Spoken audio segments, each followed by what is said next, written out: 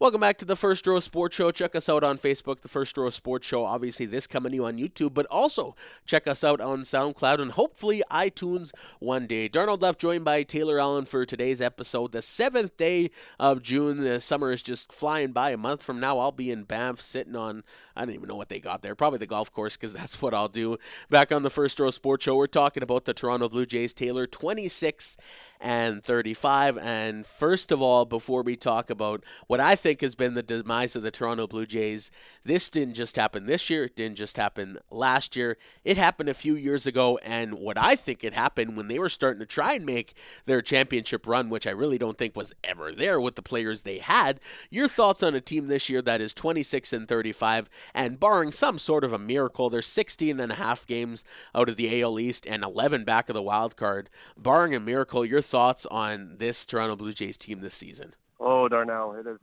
It has not been pretty. I mean, they have the worst record in the league since the 2nd of May. They're 9-22. The Orioles, the Mets, and the Marlins have all won 10 games, but the Blue Jays are the only team in the majors who have only 11 hits double digits since May 2nd. So it's been a very frustrating year.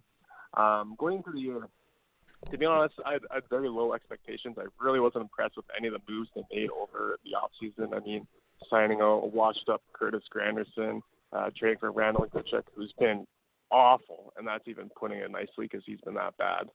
I was like, there's no way this team has enough talent to make another run at a wild card spot, and it's not even that. You just look at the division that they play in with the Yankees, who they add Giancarlo Stanton in the offseason to an already team that's stacked, and it seems like everyone on the team can hit a home run with their eyes closed. And then there's the Boston Red Sox, of course, who they have an amazing roster as well. It's just like there's no way the Blue Jays can compete with this. So despite even having low expectations going into the year, I mean, you're always excited on opening day because you never know what can happen. It's a long year, and they play 162 games, and you never know who could break out and whatnot. And the Jays actually had a pretty hot start. I mean, they looked really good. But yeah, no, this team is really a dumpster fire, to put it nicely right now. I mean, Russell Martin, love the guy, but it's an absolute joke that he's been playing third base, shortstop, or whatever. I mean, like, yeah, it's kind of funny, but it's like, no, like, this is a Major League Baseball team, and you're putting your veteran catcher playing shortstop. Like, what's going on here? Like, this team is just an absolute mess. I mean, Tulo's out, and who knows when he'll be back. Donaldson's calf seems to flare up every game, and he's missing time and whatever, so his stock has dropped tremendously, and he's nowhere near the MVP player that he once was a couple of years ago. So the Blue Jays are in a really weird situation right now where they still have a decent core of talent, but they don't have this full roster that can compete on a nightly basis. So it's kind of like, what does the team do right now? Do they just blow it up and hope for the best in the future and get some good prospects? Now, but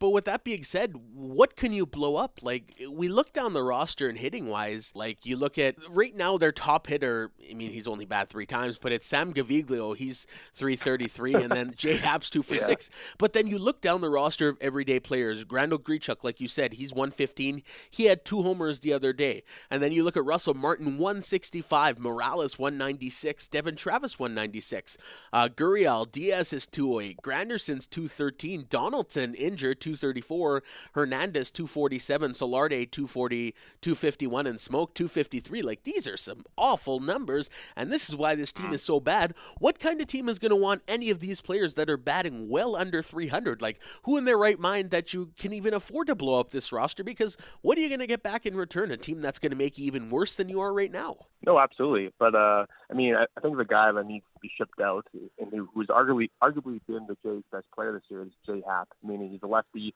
His contract's pretty reasonable, and he's really been their best player. I think he has a 7-3 record. How he has a winning record on this team, I have no idea. So that's pretty impressive. But, yeah, I think that's a guy that can be well sought after at the trade deadline. But right after him, I mean, Stroman's stock is down, which you're well aware of. I know how you feel about him. So that's not really a guy you want to trade when his stock is low. Again, Donaldson's hurt, and when he isn't hurt, he's not playing that great either. So you kind of don't want to ship him out when his stock is this low either. Tulo's not even playing.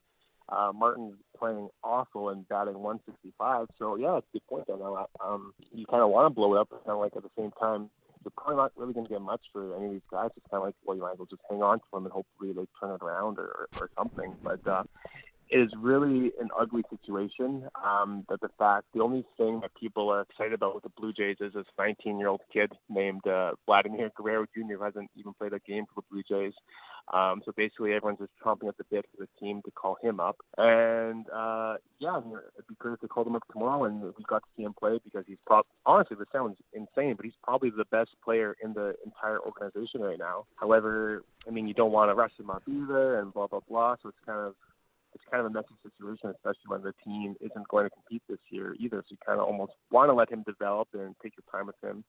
But, this has been a nightmare season. I wish I didn't see it coming, and I wish I was wrong, and I wish the team was competing for a wild card spot. But I honestly think the season's over already. I mean, there's been so many guys who've just been huge disappointments. I mean, you look at their pitching staff, who a couple years ago you could argue that they might have had the best, at least one of the strongest 5-man rotations in the league.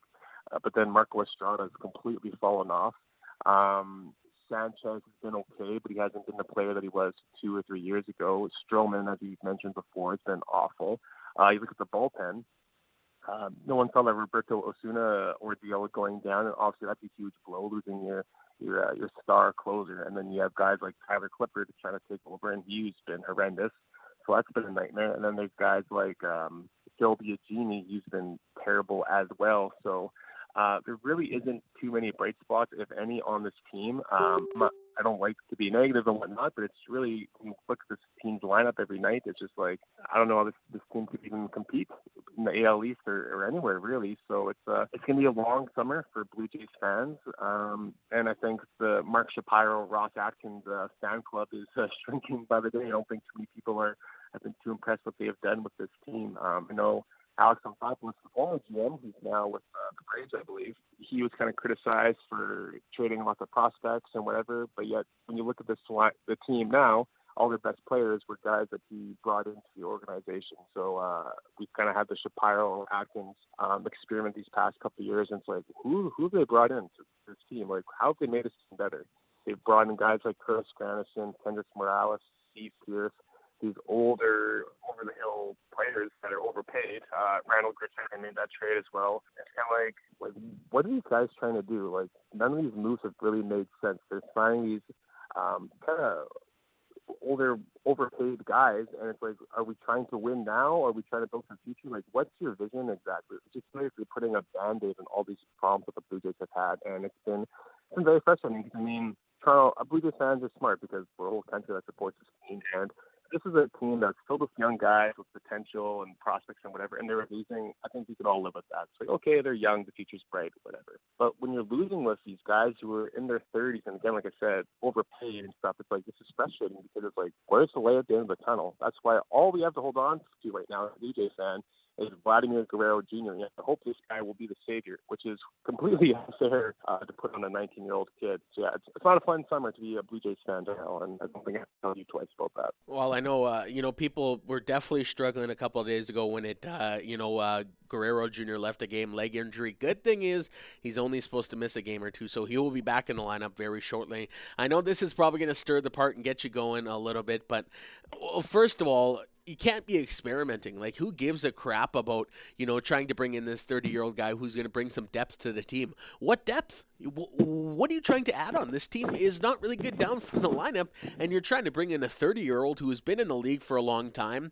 There's a reason why he's not getting paid a lot of money, because he never does anything good, like the Grichuk trade. What does he do? And then you go back into the Anthopoulos era, Dickey trade. Made absolutely no sense giving away Syndergaard and d'Arnaud. Now, I understand Dickey had, a fantastic season the season before, but he was coming from the NL to the AL. A knuckleball pitcher, unless you're Tim Wakefield and just Jesus back then, he was not going to push the Blue Jays over the hump. He did not. Noah Syndergaard now throwing 100 miles an hour and absolutely mowing down hitters with probably the coolest hairdo in the world. But a guy I've talked to for a few years since he came into the league is Marcus Stroman, and the Toronto Blue Jays should have got rid of him while they can. Check out his stats. This year, 37 and a third innings, a 7.71 ERA, giving up 46 hits, 32 runs in 37 innings, and he's got 18 base on balls.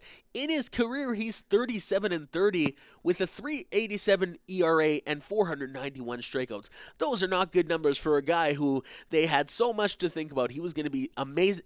He's now 27 years old. He has done nothing in his career. And we're talking about these guys, we're all talking about all these, 30-year-olds who are coming in. The Toronto Blue Jays keep him. They do nothing. This guy's 27, 3 years away from being 30 years old. He has done absolutely dick all in the MLB and for the Toronto Blue Jays, other than be injured and lose them ball games, and quite awfully pitch terrible this season. Almost an 8 ERA. What were they thinking not getting rid of this guy? Now I know you have your different thoughts on here, so I'm going to give you a chance to say them. I knew you weren't a huge Marcus Stroman fan, but I didn't think you were that passionate about that. That was good. But the Stroh show, yeah, it's not been a good show this year. That's for sure. He hasn't even won a game yet. He's 0-5. But, I mean, to say he hasn't done anything in his career, I'd say that's a little unfair there, Darnell. I mean, Well, what has he done? What has he done realistically that has really pushed the Blue Jays over the hump? As far as success, they talk so highly about this guy. He could maybe be the next Cy Young pitcher. What has he done that has been so astronomically successful while in a Blue Jays jersey? He was solid in the playoffs in 2015 and 2016. I mean, he didn't. He only picked up one win in his 4 starts, but he was a solid arm for sure. But no, I get what you're saying. I mean, I think the thing with him is Stroman's kind of a brand. You look at his Instagram and stuff. He hangs out with guys like Drake and whatever. He has his brand. Height doesn't measure heart and whatever. And he's traveling and doing all this stuff and whatever. So to me, I almost think maybe he has too many off the field things going on. Maybe he's distracted. I don't know. Maybe his size is catching up to him. I mean, that was the knock on him this whole career, how short he was. Because generally you want a pitcher who's well over 6 feet. So is that catch up to him?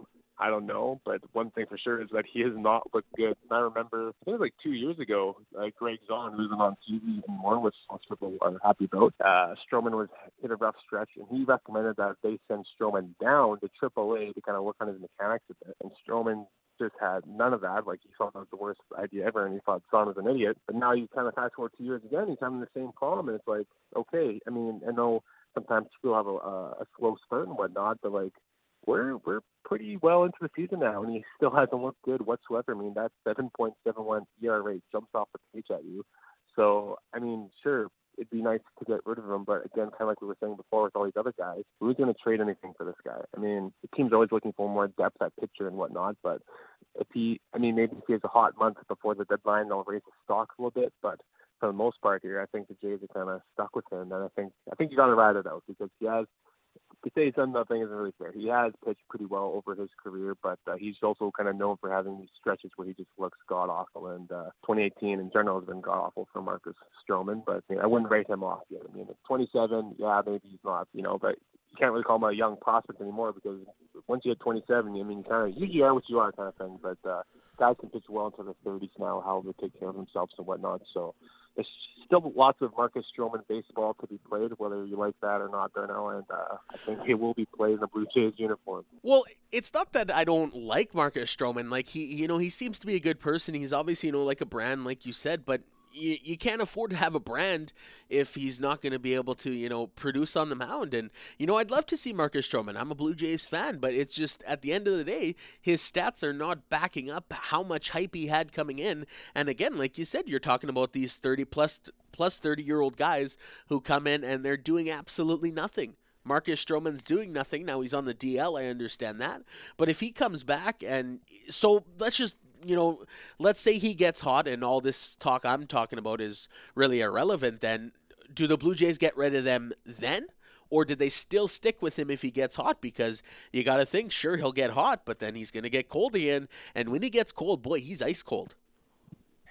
Yeah, no, for sure. And I mean, this is the last year of his deal. He signed a 1-year, $6.5 million contract. So really, the Blue Jays, this could be the final year with Stroman. They could easily get rid of him at the deadline. That's kind of usually the players that get sold off are the guys who are in the final year of their contracts. So it'll be interesting to see if they do trade him off at the deadline. But I mean, this might be a blessing in disguise when you think about it, that he's having such a terrible year in a contract year, because if they want to keep him for the future when it gets to negotiating, the cards are in the Blue Jays' favor here, because he's had such a bad year and they would be able to get him at a cheaper rate. So again, it's obviously been extremely frustrating, and the Blue Jays to have even a decent shot in the AL East. They needed him and Sanchez to have career years, and obviously that's not happening. So this year's a write-off. So it sucks for sure, but again, I think, who knows, maybe this is a blessing in disguise again, because if they could get him on a cheap kind of prove-it deal moving forward, maybe a more motivated Marcus Stroman will bounce back next year. But either way, yeah, it's been a mess, to say the very least, with the Stro show. Well, it's going to be a battle of the dumpster in the American League East. The Toronto Blue Jays, the Baltimore Orioles kicking off a 4-game set tonight. Is this what the Toronto Blue Jays need to maybe, just win a couple ball games? They're not making the playoffs. We talked about that. If they do, it's some sort of a miracle. But is this what they need to get some sort of a positive vibe around the, Rogers Center? You see the attendance, slowly declining, and why not? Who wants to pay to watch a bad ball club? But if they can find a way to win 3 or 4 against the Orioles, do you think that's going to finally bring the positive buzz they need back in the organization? It seems like yesterday these two teams were playing in the wild card, and now here they are, the laughing stock of the AL East. So it's pretty crazy how quickly the tables can turn in baseball. It's also crazy how both those teams, they kind of had a shot a couple years ago, because the Sox and the Yankees, they were good, but they weren't as good as they usually are. So I kind of feel like, the window for sure has slammed shut on both these teams, so they kind of blew their shot there. But no, I don't. They can win all 4 games against the Orioles. I really don't think it means a damn thing, because Baltimore is just as bad, maybe even worse of a team as the Blue Jays are. So it'll be nice to get a couple wins in front of the home crowd. But it's the season's done by now. That's really what sucks to say, as June just began. And again, I'd love to be wrong, but I just don't really see this team turning around or being even slightly competitive. So now, basically, we're just on Vladimir Guerrero Jr. watch. Whether he gets called up this year or not remains to be seen. But, this is a nightmare of a summer, and it's just getting started. Oh, man. June 7th, and you can officially just about eliminate the Toronto Blue Jays from the MLB postseason. What a dagger in the hearts of Blue Jays fans. Taylor, thank you so much for joining me on the First Row Sports Show this week, and we'll chat soon. All right, sounds good. Thanks for having me, man. Off the top of the show, we chatted about the Stanley Cup Finals tonight. It's the Vegas Golden Knights taking on the Washington Capitals. Then we went over to the NBA Finals, and to wrap it all up, the dismal Toronto Blue Jays opening up a 4-game set against the Baltimore Orioles tonight. 19-41 against 26-35. Oh boy, this should be a good series. If anything, Manny Machado, he's batting .323. Thank you so much for tuning in to the First Row Sports Show. Make sure you check us out on Facebook, the First Row Sports Show Facebook page. Subscribe to us on YouTube, SoundCloud, all that good stuff. We'll talk to you guys next week. Have a great one. Thanks for listening to the First Row Sports Show. Check us out on Twitter at First Row Sports Zero and Facebook. Follow the guys on Twitter at It's the Duffy One